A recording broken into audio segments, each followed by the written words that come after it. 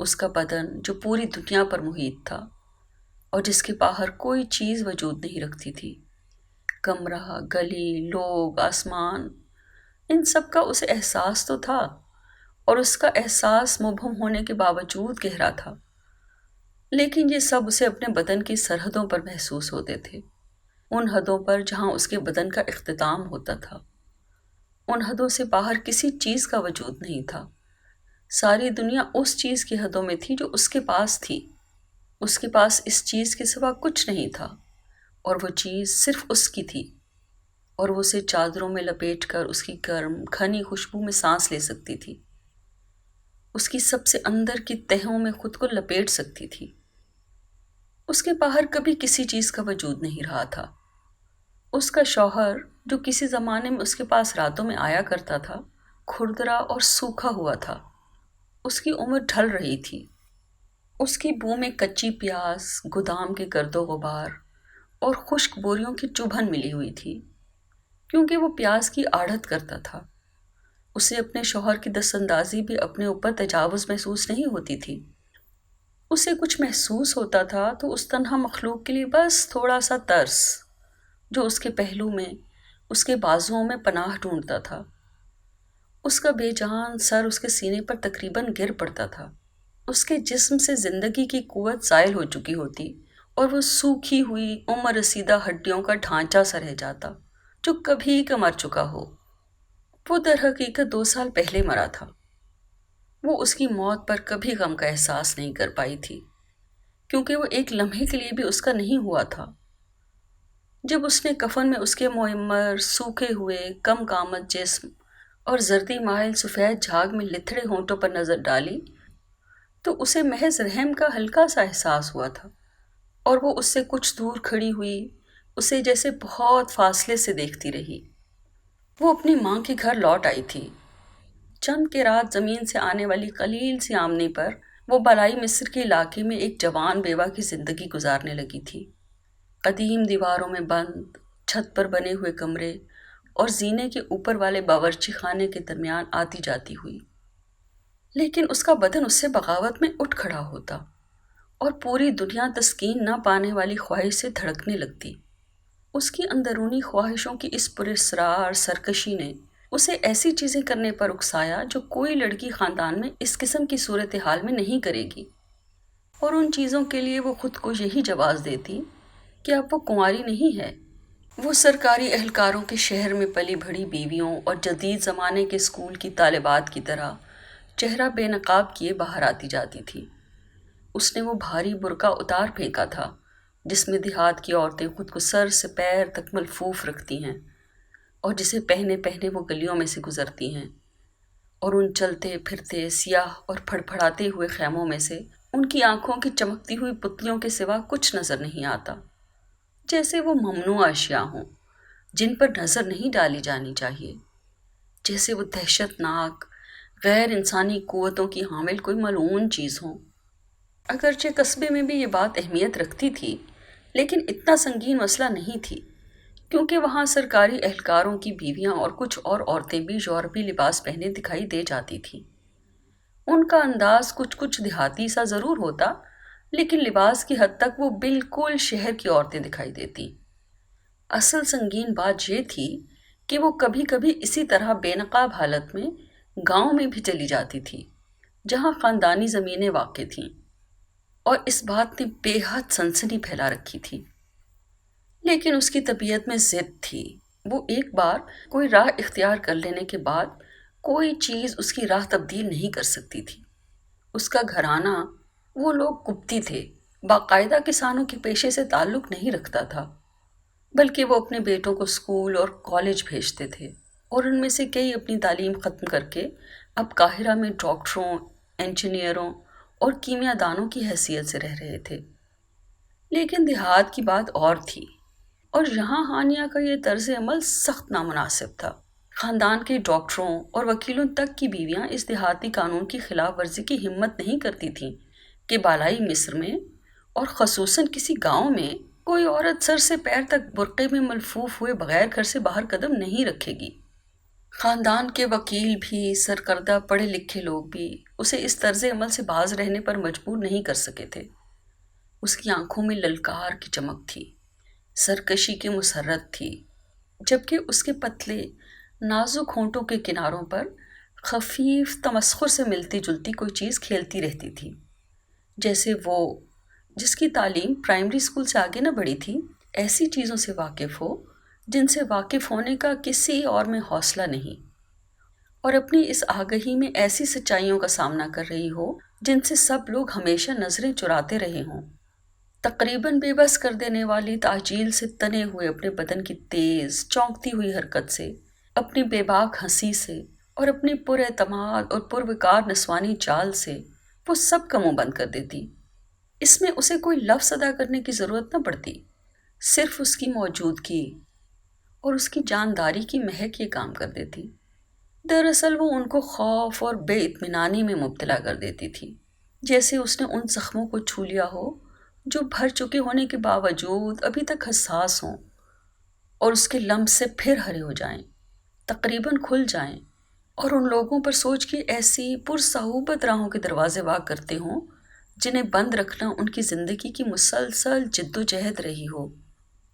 لوگوں کی طرف وہ فرعونوں کے زمانے کے مصر کی کسی بلی کی طرح تیز، بے پرواہ، بے تعلق انداز سے نظر ڈالتی تھی۔ بدن کے افق پر کھلتی ہوئی اس کی کالی آنکھیں بدن کی پوری دنیا کو دیکھتی تھیں اور اس میں کہیں کوئی خرابی نہ پاتی تھیں۔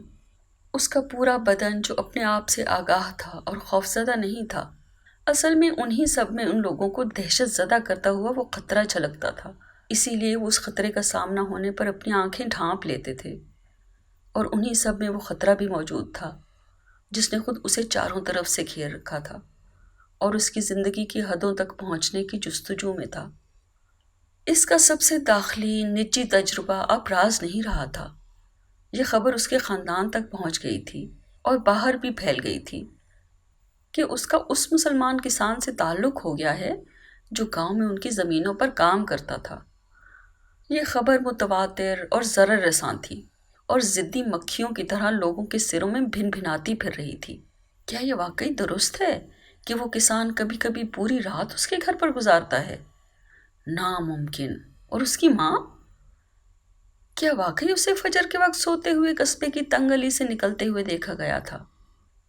اور اس کا کیا سبب ہے کہ وہ گاؤں سے مشتبہ طور پر قصبے کے چکر لگاتا رہتا ہے اور بار بار اس کے گھر جایا کرتا ہے، حساب کتاب کے لیے، فصلوں کا حال بتانے کے لیے؟ یہ باتیں کرنے کے لیے وہ خاندان کے بڑوں کے پاس کیوں نہیں جاتا جو دراصل ان معاملوں کی دیکھ بھال کے ذمہ دار ہیں؟ ان کے لیے اسے ان دونوں عورتوں کے پاس اس دور افتادہ شہتیروں والے مکان میں جانے کی کیا ضرورت ہے؟ اور کیا در حقیقت وہ وہاں جاتا بھی ہے جیسا کہ افواہیں مشہور ہو گئی ہیں؟ ماں نے اپنی کمزور کوشش سے نکالی ہوئی آواز میں ان افواہوں کے ایک ایک لفظ کی تردید کی، لیکن لڑکی یہ باتیں سنتے ہی اپنی گھبرائی ہوئی اشتعال انگیز ہنسی ہنسنے لگی اور سارے معاملے کو سرسری سے انداز میں رد کر دیا، ان کے اس الزام کو بے پرواہی اور بے احتیاطی سے ایک طرف کر دیا۔ ہانیہ اٹھ جاؤ بیٹی، دیر ہو رہی ہے۔ اس نے تکیے پر سے سر اٹھایا اور اس کے گھنے بال اس کے چاروں طرف پھیل گئے۔ کوئی نہیں جانتا تھا کہ گندمی چہرے کے نازک نقوش کے ساتھ اس کے سر پر ایسے گہرے اور بے پناہ گھنے بال کہاں سے چلے آئے ہیں جن کی وجہ سے وہ قدیم مصر کی کوئی دوشیزہ دکھائی دیتی تھی۔ اس نے کمبل کو اپنے بدن سے جدا کیا اور کمرے کی گرم ہوا کا جھونکا اس کی ٹانگوں کے درمیان چڑھایا جو اس کے لمبے شب خوابی کے لباس کے نیچے برہنہ تھی۔ وہ بدن کو پھرتی سے حرکت دے کر بستر سے اتر آئی اور نرم لچکدار انداز میں کھڑی ہو گئی۔ قالین کی کھردری اون اس کے پیروں کے تلووں کو گدگدا رہی تھی۔ وہ خود پر ایک عجیب مخصوص انداز میں مسکرائی۔ ماں، کیا وجہ ہے؟ ہاں، اسے جلدی کرنی ہوگی کیونکہ دن کی حدت ابھی سے اپنے عروج کو پہنچ رہی ہے۔ وہ بہت دیر تک سوتی رہی۔ جب وہ اوپر چھت پر گئی تو بالائی مصر کا آسمان سیسے کی گہری نیلی چادر کی طرح بھاری اور دیر سے منتظر اچانک پن کے ساتھ اس پر آ گرا، برداشت سے باہر۔ اس آسمان کے نیچے ہوا بالکل رکی ہوئی تھی، جیسے اس کی لگام کھینچ لی گئی ہو، جیسے وہ اس آسمان کے وزن کے نیچے حرکت کرنے کی کوشش ہی کے ہاتھوں فنا ہو گئی ہو۔ ہوا اپنا پورا زور لگا کر بھی اس وزن کو اپنے اوپر سے دور کرنے اور ذرا سی حرکت کرنے کے قابل نہ رہی تھی، جیسے کسی کے بازو کے عضلات اپنی پوری قوت سے کوئی بہت بڑا بوجھ اٹھانے کی کوشش کر رہے ہوں، جس کے تلے انہیں ایک لمحے کے لیے خود کو ڈھیلا چھوڑنے کی مہلت نہ مل رہی ہو۔ وہ حدت اور مشقت کی ایک لہر میں سے گویا بہاؤ کے خلاف راستہ بناتی ہوئی چھت پار کر کے تندور والی کوٹھڑی تک پہنچی۔ اسے اپنی ماں تندور کے سامنے آلتی پالتی مارے بیٹھی، اس میں لکڑی کے کندے ڈالتی اور اسے روشن کرتی دکھائی دی۔ اس کی حرکات کے پیچھے اس کی چھوٹی سی محدود زندگی کا زور تھا، جو لگتا تھا کہ اپنے اندر قید ہو کر رہ گئی ہے۔ اسے دیکھ کر وہ اس نازک جذبے کے ہاتھوں اداس ہو گئی، جو اس کے دل کو کسی بہت تیز دھار والے چاقو کی طرح کونچ رہا تھا اور اس میں ایک ناگوار ترہم پیدا کر رہا تھا، جو شدید ملائمت کے زخم کی طرح محسوس ہوتا تھا۔ لیکن اس کے باوجود وہ کوٹھڑی کے دروازے ہی پر رک گئی اور اپنی ماں سے دور ہی سے سلام دعا کی۔ اس سے یہ ممکن نہیں تھا کہ اپنی ماں کے قریب جا کر اس کے کمزور کندھوں کو اپنے بازوؤں میں لے لے اور اسے بوسہ دے، حالانکہ اس وقت وہ ایسا کرنے کی خواہش کے ہاتھوں اذیت اٹھا رہی تھی۔ ایسے لوگوں میں ماں بیٹی کے درمیان یہ محبت بھری حرکات عام نہیں ہیں۔ اس کے علاوہ اسے ان کا کوئی تجربہ بھی نہیں تھا۔ وہ نہیں جانتی تھی کہ اپنے اس نازک جذبے کا پیغام اپنی ماں تک کس طرح پہنچائے، جو اس کی روح میں زخم ڈالے دے رہا تھا۔ اس کی ماں اس سے واقف ہوئے بغیر ہی دنیا سے چلی جائے گی۔ وہ مڑی اور آسمان کی بھاری خارش زدہ لہر میں سے راستہ بناتے ہوئے واپس چلنے لگی، جو کسی بہت بڑے بوجھ کے نیچے دبی ہوئی قوت کی طرح تناؤ کی آخری حد پر تھا۔ جس وقت وہ قصبے کی بڑی سڑک کے کنارے بنے ہوئے پرانے ایک دوسرے میں گھسے ہوئے مکانوں کے سائے میں چھڑکاؤ کی ہوئی زمین پر چل رہی تھی تو آسمان کا بوجھ کچھ کم ہو گیا تھا۔ کچھ دیر کے لیے اس نے اپنے دل سے اپنی ماں کی محبت کا وزن اور آسمان کا بوجھ ہٹتا ہوا محسوس کیا۔ وہ اپنے چھریرے مضبوط بدن پر تنگ یورپی وسا کا لباس پہنے خوش طبعی کے ساتھ تیز قدموں سے پتلی پیچدار گلیاں طے کرتی رہی، جن کے کناروں پر بنے ہوئے مکان سر پر جھکے آ رہے تھے۔ اس کا ذہن اپنے سفر کے مقصد پر لگا ہوا تھا۔ پچھلے روز اسے ذکری کی طرف سے پیغام ملا تھا کہ آج باغ پر پہنچ جائے تاکہ موسم کے پھلوں کا حساب کر سکے اور زمین وغیرہ کے معاملات پر اپنے امزاد بکتور اور بزرگ شفیق سے بات چیت کر سکے۔ خاندانی زمین پر لگے ہوئے باغ پر جانا ہمیشہ اس کے لیے خوشی اور دلچسپی کی بات ہوتی تھی۔ اسے لگتا تھا کہ وہاں اس کی بچپن کی آوارہ گردیوں کا جادو ابھی تک باقی ہے۔ اسے یقین تھا کہ آج واپسی پر وہ اپنے ساتھ پھلوں کا تحفہ لا سکے گی، اور شاید اسے اپنے اور اپنی ماں کے حصے کی کچھ رقم بھی مل جائے۔ یہ درست ہے کہ وہ لوگ اس حساب کتاب کے لیے اس کے گھر بھی آ سکتے تھے، لیکن باغ میں گھومنے پھرنے کا خیال، بڑے بڑے پرانے پیڑوں کا ٹھنڈا سایہ، رہٹ سے بل کھا کر آتے ہوئے نالے کے پانی کی گنگناہٹ، باہر سے آتی ہوئی کھلی ہوا میں کھیلتی ہوئی گنگناہٹ، ان سب چیزوں نے اس کے وجود کی گہرائیوں میں پرانے دنوں کی کسک اور آرزو جگا دی، اور ساتھ ہی اس کے مبہم سے خوف کا بھی منہ بند کر دیا۔ اگرچہ وہ ان لوگوں سے جو اس کے رشتہ دار تھے خوفزدہ نہیں تھی، پھر بھی ان کی موجودگی میں اسے کچھ اجنبیت سی محسوس ہوتی تھی، جیسے ان کے درمیان ایک ہی گھرانے کے خون کا بندھن نہ ہو، جیسے وہ بالکل نہ جانتی ہو کہ یہ کون لوگ ہیں۔ کبھی ایسا نہیں ہوا تھا کہ اس نے ان کی آنکھوں میں دیکھا ہو اور ان میں ایک ایسی دنیا کی جھلک نہ پائی ہو جو اس سے بہت دور اور اس کے لیے بند تھی، ایسی دنیا جس سے اس کا کوئی رشتہ نہیں تھا، ان کے طویل ختم نہ ہونے والے حساب کتاب اور ہندسے، فصلوں اور ان کی فروخت سے اور بٹائی اور رہن کے معاملات سے ان کا شغف۔ اس نے کبھی ان کو سمجھنے کی ذرا سی کوشش بھی نہیں کی تھی۔ ان کی یہ تمام فکریں اسے احمقانہ، بیکار کی مشقت معلوم ہوتی تھیں، جن کی ذرا بھر بھی اہمیت نہیں تھی۔ اسے حساب کتاب کا کام اکتانے اور تھکانے والا لگتا تھا، اور اگرچہ وہ لوگ یقیناً اس کے ساتھ دھوکہ کر رہے تھے، اسے اس کی کوئی فکر نہیں تھی، حالانکہ بلا شبہ ان ماں بیٹی کے لیے ایک ایک پیاستر بہت کام کا تھا۔ اچانک اس نے خود کو نیل کے روبرو پایا۔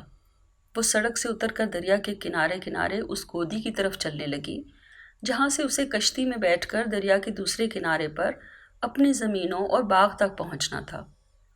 گودی پر آفندی طبقے کے کئی لوگ کھڑے تھے۔ ان میں سے ایک نے سیاہ سوٹ اور سر پر تربوش پہن رکھا تھا اور کاغذوں کا ایک پلندہ اٹھا رکھا تھا۔ شاید وہ عدالت کا ناظر یا انتظامیہ کا کارندہ تھا۔ ان کے علاوہ باقی لوگ تاجر، کاشتکار اور کسان وغیرہ تھے۔ کسانوں میں سے ایک اپنے پیچھے پیچھے اپنی بھینس کو رسی سے کھینچے لیے آ رہا تھا تاکہ اسے دریا پار لے جا سکے۔ وہ سب اس گاؤں کو جا رہے تھے جو اس کے باغ سے کچھ دور واقع تھا۔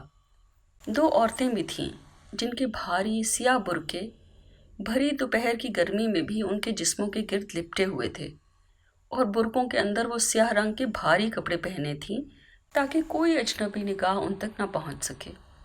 کشتی آئی تو اس نے اس پر قدم رکھا اور کنارے کے پانی میں آہستہ آہستہ ہچکولے کھاتے ہوئے اس کے تختے کو اپنے پیروں کے نیچے ڈولتا ہوا محسوس کیا۔ اس نے کوشش سے توازن برقرار رکھتے ہوئے اپنے بدن کے نیچے کشتی کے ہچکولوں کو محسوس کیا اور اسے اس خفیف سے خطرے سے لطف آیا جو نیل کے پانیوں پر پتلی سی لیکن تنی ہوئی جھلی کی صورت تیرتا رہتا ہے۔ کشتی کے حرکت میں آتے ہی ہوا دریا کے وسیع پھیلاؤ سے اٹھتی ہوئی چلنے لگی اور اس کے نیچے پانی پرسکون وقار کے ساتھ بہتا رہا۔ آسمان کے بوجھ کے پوری طرح دور ہو جانے سے اس پر بہت خفیف، تقریباً غیر محسوس ہیبت سی چھا گئی، جیسے دریا کسی قدیم دیوتاؤں کسی طلسمی قوت کا مالک ہو جس سے کام لے کر لوگوں کے کندھوں کو آسمان کے بوجھ سے آزاد کر دے، اتنے عرصے کے لیے جب تک وہ دریا کے بازوؤں میں رہیں، جب تک وہ اپنے آزاد کردہ افق کے سامنے کھلے ہوئے سینوں کو دریا کی ہوا سے بھرتے رہیں اور ان کے اندر آزادی کا وسیع میدان سانس لیتا رہے۔ چوڑی کشتی نے دریا کے بھرپور بہاؤ پر سے گزرتے ہوئے جھٹکا کھایا، جس پر بھینس نے اچانک نیچے کی طرف جاتے ہوئے اپنا سر اٹھا کر آسمان کے نیچے کی حدت کی طرف دیکھا، پھر اطمینان سے جگالی کرنے لگی اور اس کے منہ میں سے سفید دودھ جیسا لعاب بہہ کر کشتی کی سطح پر گرنے لگا۔ جب دوسرا کنارہ قریب آیا اور کھجور اور دوسرے پیڑوں کے گھنے جھنڈ آہستہ آہستہ بڑے اور زیادہ واضح دکھائی دینے لگے، اس کے دل کو ایک بار پھر خوف جیسی کسی چیز نے جکڑ لیا۔ وہ اپنی مانوس دنیا سے ایک اجنبی زمین پر جا رہی تھی جہاں کے گھنے پیڑ اسے کسی دوسری دنیا سے تعلق رکھنے والی بھوکی آنکھوں سے گھور رہے تھے اور اپنے اندر اس کے لیے انجانے خطرے چھپائے ہوئے تھے۔ اسے لگا کہ دریا اسے دوسرے کنارے پر اگل کر اس سے بے نیاز ہو جائے گا۔ دریا اس سے وہ آزادی، وہ طمانینت اور کشادگی کا وہ احساس واپس لے لے گا جو اس نے عارضی طور پر اسے بخشا تھا، اور ایک بار پھر بے لگام اپنی تقدیر کی جانب روانہ ہو جائے گا جو انسانوں کی تقدیر سے مختلف ہے۔ وہ کنارے پر اپنے چھوٹے سے بدن کے ساتھ اتری جو دنیا میں یا کہیں بھی اس کی واحد ملکیت تھا۔ اس کا نازک دھڑکتا ہوا بدن جس نے ایک بار پھر دنیا کو اپنے دائرے میں لے لیا، گھیر لیا، محدود کر دیا۔ اسے اچانک آسمان کے دوبارہ نمودار ہونے اور اپنے پر حاوی ہونے کا احساس ہوا۔ طلسم ٹوٹ چکا تھا۔ باغ کی طرف جانے والے کچے راستے پر چلتے ہوئے آسمان کسی بھاری ہاتھ کی طرح اس پر آ پڑا اور اس کے کندھوں پر زور ڈال کر اسے جیسے زمین میں دھنس جانے پر مجبور کرنے لگا۔ ہاں، وہ دیر سے پہنچی تھی۔ دوپہر کی گرمی شدید ہو گئی تھی اور ہوا اپنی سنسناتی ہوئی شدت میں مکئی کے کھیتوں کے درمیان چکر کھا رہی تھی جو اس کے دونوں طرف گنجان سبزے کی دیواروں کی طرح اٹھے ہوئے تھے اور ان کے اوپر دھول اڑ رہی تھی۔ زمین اور بھاری آسمان کے درمیان مقید اس بھاری ہوا نے تقریباً اس کا دم گھونٹ دیا۔ کسان اپنے زردی مائل مٹیالے چہروں کے ساتھ کچھ دور تک اس کے ساتھ ساتھ چلتے آئے۔ ان کی بھوکی زخمی آنکھیں جو اپنے اندر تمام بدحالی کو سمیٹے ہوئے تھیں باہر کو نکلی پڑ رہی تھیں، آنکھیں جنہیں کبھی کسی اور شے کی موجودگی کا گمان تک نہیں ہوا تھا۔ وہ ایسی بدحالی تھی جو بہت لمبے عرصے تک جمے رہنے کی وجہ سے غبی پن میں تبدیل ہو گئی تھی۔ وہ اتنے عرصے سے موجود تھی کہ گویا زندگی کا بنیادی آسرا بن کر رہ گئی تھی، جن میں ایسی خشک اور سخت افسردگی تھی جس نے الزام رکھنے، سمجھنے یا توجیہ دینے کی ہر خواہش کو خیر باد کہہ دیا تھا، جس میں ایک ٹھوس تھکا دینے والے بوجھ کے سوا کچھ نہ تھا جو ناقابل برداشت ہونے کے باوجود ہمیشہ ساتھ رہتا ہے اور ہمیشہ برداشت کیا جاتا ہے۔ اس سے امید کی ذرا سی رمق بھی حاصل نہیں ہوتی، کیونکہ یہ ایک خالص اور بے آمیز افسردگی ہے جو اپنی سخت جانی کے سوا ہر چیز سے بے نیاز ہے۔ راستے پر ایک دوراہا آیا تو کسان گاؤں کی طرف مڑ گئے اور ہانیہ نے باغ کی سمت جانے والا تنگ راستہ لے لیا۔ وہ اب ان نگاہوں کی زد سے دور تھی جو اس پر یوں پڑتی رہی تھیں جیسے وہ کوئی عجیب جانور ہو، ہر چیز کی طرح ناقابل فہم، کیونکہ ان کے ارد گرد کی ہر چیز ان کی سمجھ سے باہر تھی اور انہیں اس بات کی کوئی شکایت بھی نہ تھی، جس طرح اس بوجھ کی کوئی شکایت نہیں تھی جو ان کی زندگیوں کا پیمانہ تھا۔ ہاں، اب اسے محسوس ہو رہا تھا کہ وہ کچھ بھی نہیں ہے۔ وہ تعقب کرتی ہوئی نگاہیں اس کے لیے ان دبلے، زرد، سنولائے ہوئے چہروں سے وابستہ تھیں۔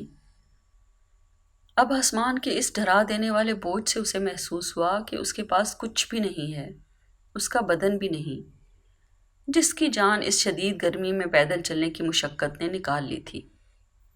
اس کے خون کا دوران سست پڑ گیا تھا اور بہتے ہوئے پسینے پر دھول اڑ اڑ کر چپک گئی تھی، اور پسینہ اس کی بغلوں کو بھی گیلا کیے دے رہا تھا۔ اس کے اندر ایک خوف تھا، بے شکل سا، غیر واضح، لیکن پھر بھی اس کی آنتوں میں چھوٹی سی سخت گرہ ڈالے دے رہا تھا۔ گھنی گنجان فصلوں کا خوف، جن کے درمیان بہت تنگ پگڈنڈیاں تھیں، ڈاکوؤں کے جتھوں، قتل و خون اور اغوا اور تاوان کی طلبی کی ان وارداتوں کا خوف جو کھیتوں کے درمیان ان تنگ پگڈنڈیوں پر روز کا معمول تھیں، ان آدمیوں کا خوف جو وہاں گھات لگائے بیٹھے رہتے تھے اور موقع پاتے ہی قدیم سفاق غضب کے ساتھ، مکمل انکار کی سرکشی کے ساتھ اور ہمیشہ کی بندگی سے انکار کرنے والی مایوسی میں، زمین اور آسمان کی بازی لگا دینے والے خون کے زور میں اپنے شکار پر ٹوٹ پڑتے تھے۔ یہ مایوسی اور آدمیوں کی خواہشیں اب بھی وہیں کہیں تھیں۔ وہ انہیں مکئی کی الجھی ہوئی گرد آلود شاخوں سے چمٹا ہوا محسوس کر رہی تھی۔ یوں لگتا تھا جیسے یہ تباہ کن بے قابو خواہشیں آدمیوں کے وجود سے الگ ہو کر دوپہر کی حدت میں گھل گئی ہوں، کبھی سیراب نہ ہونے والی تمنائیں، سرکش ہوس، جھپٹ پڑنے اور زیر کرنے کی، لوٹنے اور خون بہانے کی بے لگام وحشی خواہش، روح کے تاریک کونے خدروں سے اٹھتی ہوئی جہاں جانے کا ہر راستہ بند ہے، جیسے بے عصمتیوں کو الگ، آزاد، بے شکل اور سخت جان وجود مل گیا ہو، اور وہ دوپہر کی اس حدت کو اپنی دم گھونٹ دینے والی قراتی ہوئی غیر انسانی سانسوں سے معمور کر رہی ہوں۔ اپنے اندر گہرے گڑے ہوئے اس خوف کے اثر میں جب اس نے کھیتوں کی طرف چور نظروں سے دیکھا تو اسے اپنا وجود بالکل بے حقیقت اور اپنی نظر میں بے قدر معلوم ہونے لگا۔ وہ اپنی پچھلی ہمت کے دامن کا سرا تھام کر آگے بڑھتی رہی، جیسے ڈوبتا ہوا شخص سطح پر تیرتی ہوئی لکڑی سے چمٹ جاتا ہے۔ وہ اس خاموش دل گرفتگی کے عالم میں آگے بڑھتی گئی جو کسی کھلی جگہ کو، کسی ہوا کو راہ نہیں دیتی تھی۔ وہ اس گرم بھاری پن میں سے دقت کے ساتھ اپنا راستہ بناتے آگے بڑھتی گئی جو اس کے گزرتے ہی اس کے آگے، پیچھے، ہر طرف سے پھیل کر بند ہو جاتا تھا۔ اسے لگا کہ جب وہ رینگ رینگ کر اس کے وسط میں پہنچے گی تو یہ بھاری پن اسے چاروں طرف سے گھیر لے گا، اسے پہچاننے سے انکار کر دے گا، مسلسل اسے ٹھکراتا اور رد کرتا رہے گا اور بالآخر اسے مٹا ڈالے گا۔ اچانک، غیر متوقع طور پر، اس نے خود کو باغ کی دیوار کے سامنے پایا، یوں جیسے وہ دیوار گزرتے ہوئے وقت سے متاثر نہ ہونے والے پتھر کی سلوں سمیت اس کے سامنے گرد آلود راستے سے اٹھ کر ایک آن میں بلند ہو گئی ہو۔ باغ بہت زمانے پہلے دست بدست ان کے خاندان تک پہنچا تھا۔ شاید اس کے کسی پرکھے نے اسے بہت پہلے کسی بڑے جاگیردار سے خریدا تھا۔ ابھری ہوئی زمین کی سطح پر لگا ہوا اور اس اونچی ٹھوس دیوار سے گھرا ہوا یہ وسیع و عریض، قدیم اور بھرا پورا باغ پورے خاندان کے لیے عزت اور فخر کا سرمایہ تھا۔ اس نے پرانے چوبی دروازے کا پٹ بند کیا تو وہ اپنے زنگ لگے قبضوں پر جھول کر چرچرایا۔ اس کے قدم تنگ اور دم گھونٹنے والی پگڈنڈی کی دھول کو چھوڑ کر گھنے، سرسبز اور مضبوط پیڑوں کے سائے میں بنی ہوئی چوڑی روش پر چلنے لگے جس کے دونوں جانب گھاس لگی ہوئی تھی۔ دور تک پھیلا ہوا باغ خاموش اور سنسان تھا۔ اس کے آخری گوشے میں پیڑوں کے اونچے گٹھیلے تنوں کے درمیان سے دیوار کے پرانے پتھر یوں دکھائی دے رہے تھے جیسے کسی انکہے پراسرار پیغام کا اشارہ دے رہے ہوں۔ ایک دم پتلی جھاڑیوں میں سے کسی کوے کی آواز آسمان میں بلند ہوئی اور اس کے بعد پروں کی پھڑپھڑاہٹ سنائی دی۔ اس نے ارد گرد کے پھیلاؤ پر نظر ڈالی اور باغ کے کونے میں بنے ہوئے کمرے کی طرف بڑھتی گئی۔ وہ خود کو دنیا میں تنہا محسوس کر رہی تھی، تنہا، کسی خوف، کسی امید، کسی خواہش کے بغیر، بالکل تنہا، جیسے زمین کی سطح پر ابھی کسی انسان کے قدم نہ پڑے ہوں، جیسے انسان محض گمان ہو جو ابھی خیال میں بھی نہ آیا ہو، ایسا عنصر جو زمین کے لیے اجنبی، غیر متعلق ہو۔ تنہائی، زمین کا سکوت، جس سے ایک خاص طرح کی گرد آلود گرمی اٹھ رہی تھی، روشیں جو یوں بنی ہوئی تھیں جیسے چلنے کے لیے نہ بنائی گئی ہوں، آپ ہی آپ گھومتا ہوا رہٹ، آنکھوں پر پٹی باندھے اس کے گرد ازل سے گھومتا ہوا بیل، جیسے وہ کسی عمل کے بغیر خود بخود وجود میں آ گیا ہو اور اس بند دائرے میں چکر کاٹنے لگا ہو۔ کمرے کی طرف جاتے ہوئے اسے سکون جیسی کوئی چیز محسوس ہوئی۔ اس وسیع و عریض باغ پر تسلیم اور اطمینان کا سا احساس ہوا جو ازل سے سنسان پڑا تھا، قدیم پیڑوں اور ان کے تنوں کی گانٹھوں، چوڑی کچی روشوں، ناہموار میدان، مٹی کے ٹیلوں، تاڑ کے اونچے خمدار درختوں، دور کے نیلے فطری آسمان اور دیوار سمیت، جس پر آ کر ہر چیز ختم ہو جاتی تھی۔ وہ مڑی اور راستے پر چلتے ہوئے، گویا وہ اس کا حصہ نہ ہو، کمرے کی طرف بڑھتی گئی جہاں اس کے رشتہ دار اس کے منتظر تھے۔ بکتور، اس کا سگا امزاد، اس سے 10 برس بڑا تھا۔ وہ اس بات کو جانتی تھی اور اسے ذہن میں رکھتی تھی، جیسے یہ کوئی فخر کی بات ہو، کوئی ایسا رشتہ ہو جو انہیں ایک دوسرے سے وابستہ کرتا ہو۔ اس کا جسم بہت مضبوط اور طاقتور تھا، جلد شاندار گندمی رنگت کی تھی اور چہرے کے نقوش سے بے باکی اور سختی ظاہر ہوتی تھی۔ اس کی آنکھوں میں خود اعتمادی اور اختیار کی چمک تھی، قد لمبا اور بے عیب تھا۔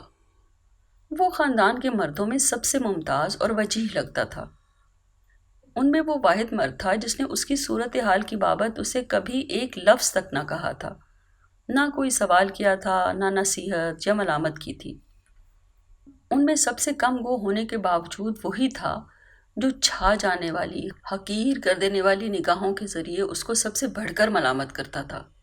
وہی تھا جس کا سامنا ہونے پر خوف کا اور ساتھ ہی بے پناہ تحسین کا احساس اس کے بدن میں سرایت کرنے لگتا تھا۔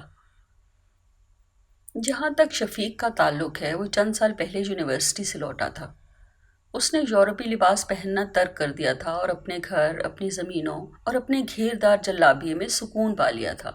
اس کی کمر کے گرد اور ٹھوڑی کے نیچے فربہی کے آثار نمودار ہو گئے تھے جس نے اس کی شخصیت میں کچھ زنانہ پن پیدا کر دیا تھا۔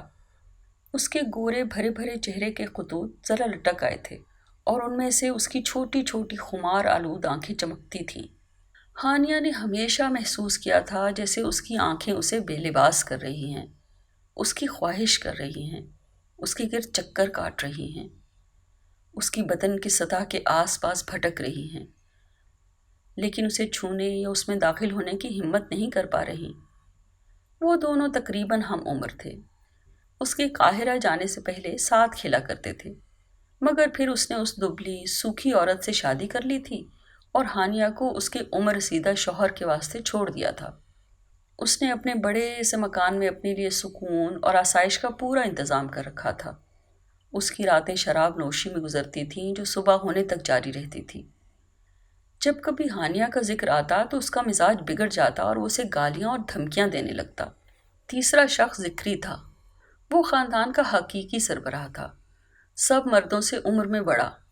وہ مستقل مصروف رہتا تھا، کبھی آدمیوں کو کام پر رکھتا، کبھی بٹائی کے موسمی ٹھیکے دیتا، کبھی دوسروں کے بندوبست اور نائبی کے کام لیتا، ہمیشہ مصروف، ہمیشہ زمین پر بھاری قدم رکھتا ہوا۔ پستہ قد اور فربا جسم کے باوجود اس کی مضبوط شخصیت کا احترام کیا جاتا تھا اور اس کی سرگرمی میں کبھی کوئی فرق واقع نہ ہوا تھا۔ اس کی بھاری گونجدار آواز میں ذہانت کی گہرائی محسوس ہوتی تھی اور اپنے منافع اور مفاد کو دیکھنے میں اس کی آنکھیں کبھی خطا نہ کرتی تھیں۔ وہی تھا جو ہانیہ سے سب سے زیادہ نرمی سے بات کرتا تھا۔ اسے نصیحت کرتے ہوئے اس کی آواز میں پدرانہ شفقت ہوتی تھی، اور وہ اسے لوگوں کی پھیلائی ہوئی افواہوں اور خاندان کی شہرت پر ان سے پڑنے والے اثرات کا خیال کرنے کی تاکید کرتا تھا۔ اس کی گفتگو میں یسوع کا نام، آباء و اجداد کا ذکر، کبتیوں کا مقام، سب کچھ پرویا ہوتا تھا، اور یہ سب جھنڈے اس کی بھاری آواز کے اوپر پھڑ پھڑاتے رہتے تھے، اور اس کے لفظ رفتہ رفتہ اکتاہٹ اور بے تعلقی کا شکار ہو جاتے۔ ان تینوں کو اسے اپنے اپنے تعلق سے موسم کی فصل کا حساب دینا تھا۔ ہاں، وہ حساب کتاب کو جلدی سے نمٹا لے گی اور چند انار اور کھجوروں کے کچھ گچھے لے کر باہر نکل آئے گی، اور پھر اکیلی باغ میں گھومتی اور سپہر کی ہوا کا لطف اٹھاتی رہے گی۔ اسے اس بات پر ہلکی، بہت ہلکی سی حیرت ہوئی کہ اس نے آج تک اس کمرے کی موجودگی کو محسوس نہیں کیا تھا، جس کی لکڑی کی شکستہ نیچی دیواریں کھجور کی سوکھی شاخوں، چٹانوں اور کپاس کے ڈنڈلوں سے ڈھکی ہوئی اس وقت اس کے سامنے تھی۔ اس نے کبھی خیال نہیں کیا تھا کہ یہ ٹوٹی پھوٹی دیواریں کسی کمرے کی ہو سکتی ہیں۔ آسمان کی طرف فخر سے بلند ہوتے ہوئے پیڑ اور ازل سے متواتر گھومتا ہوا خاموش رہٹ، وہ باغ کی ان سب نعمتوں پر نظر ڈالے بغیر انہیں اپنے پیچھے چھوڑ کر کمرے میں داخل ہو گئی۔ جوں ہی اس نے اندر قدم رکھا، ایک منتشر سی افسردگی نے، جس میں مٹی اور نم سائے کی بو ملی ہوئی تھی، اسے اپنے گھیرے میں لے لیا۔ اسی خاکی اور نم افسردگی کی حالت میں اس نے اپنے سامنے ان تین عفریت نما انسانوں کو کھڑے دیکھا اور اچانک منجمد ہو گئی۔ حرکت کرنے، یہاں تک کہ ایک قدم آگے رکھنے تک کی قوت نے اس کا ساتھ چھوڑ دیا۔ وہ دروازے کے پاس کھڑی تھی اور اپنے اوپر تمام اختیار کھو چکی تھی۔ اس وقت بھی اسے یوں لگ رہا تھا جیسے خود پر دور سے نظر ڈال رہی ہو۔ ان تینوں پر ایک بے حد مہیب سنجیدگی طاری تھی، جو مہلک، حتمی اور ناقابل فرار معلوم ہوتی تھی۔ شفیق کے بھاری پسینے سے تر چہرے پر چمکتی ہوئی آنکھیں گویا بہت طویل انتظار کے بعد اس کے بدن کو تاراج کر رہی تھیں۔ ذکری دور کونے میں کھڑا یوں معلوم ہو رہا تھا جیسے اس وسیع، قدیم اور مضبوط عمارت کا پشت کا مینار ہو، جو اس وقت اس کے سامنے تھی اور جس میں اس کا داخل ہونا لازم تھا۔ بکتور، گویا اس عمارت کا مرکزی ستون، ان دونوں کے درمیان کسی عجلت کے بغیر کھڑا تھا اور اپنے بازو کی طویل، سست حرکت سے اپنا سگریٹ زمین پر گرا رہا تھا۔ اس کا لمبا قد کسی قدیم کلیسا کے نوعمر طاقتور راہب کی طرح استادہ تھا، اور گندمی چہرے پر مذہبی جنگجوئی جیسا مقدس عزم جھلک رہا تھا۔ اس پر فیصلے کی سنگینی اور ناگزیریت کی ایسی مہیب پرچھائی تھی کہ اس سے فرار کا خیال بھی ہانیہ کے ذہن میں نہ آ سکتا تھا، کیونکہ اس نے بغیر کسی کشمکش کے مزاحمت کی تمام قوت و سلب کر کے اس کی ذات کے اس حصے پر حتمی غلبہ پا لیا تھا جسے وہ ابتدا سے اپنی ملکیت سمجھتی آئی تھی۔ اس کی آواز ایک عجیب مدھم روشنی سے پارا پارا ہوتی ہوئی اس افسردگی کے کنارے سے گویا کسی خواب میں ہانیہ تک پہنچی۔ یہاں آؤ ہانیہ۔ وہ نہ اپنا منہ کھول سکی، نہ قدم بڑھا سکی۔ اسے محسوس ہو رہا تھا کہ کسی بھی لمحے زمین پر ڈھیر ہو جائے گی۔